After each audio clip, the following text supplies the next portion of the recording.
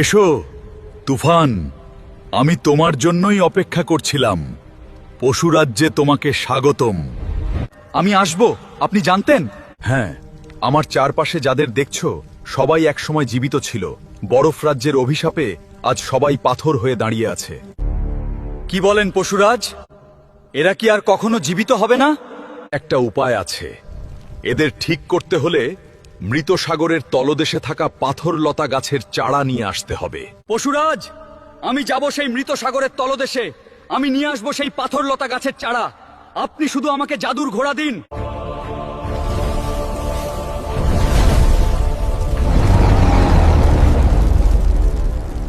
এই নাও জাদুর ঘোড়া, এটা নিয়ে যাও তুমি। আর হ্যাঁ, মনে রেখো, পাথরলতা পাহারা দিচ্ছে এক ভয়ানক জিন। পাথরলতা গাছ আনতে হলে আগে তোমাকে সেই জিনকে হারাতে হবে। ইনশাআল্লাহ আমি পারবো। আমার মাকে বাঁচানোর জন্য হলেও আমাকে পারতে হবে। একবার যদি তাকে হারাতে পারো তাহলে সে তোমার গোলাম হয়ে যাবে। তবে তাকে হারানো অনেক কঠিন। কয়েক হাজার বছরেও তাকে কেউ হারাতে পারেনি।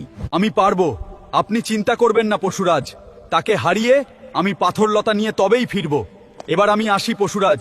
ওই তো দেখা যাচ্ছে মৃত সাগর। জাদুর ঘোড়া, চলো ওইখানে নিয়ে যাও আমাকে। আমি এর বেশি যেতে পারবো না বন্ধু। তোমাকে পানির নিচ থেকে একাই পাথরলতা গাছ নিয়ে আসতে হবে। ওই তো পাথরলতা গাছের চারা, কিন্তু ওখানে ভয়ঙ্কর দানবের মতো ওইটা কি দাঁড়িয়ে আছে? কে রে তুই, তুচ্ছ মানব সন্তান? এখানে কেন এসেছিস? তোর কি মৃত্যুর ভয় নেই?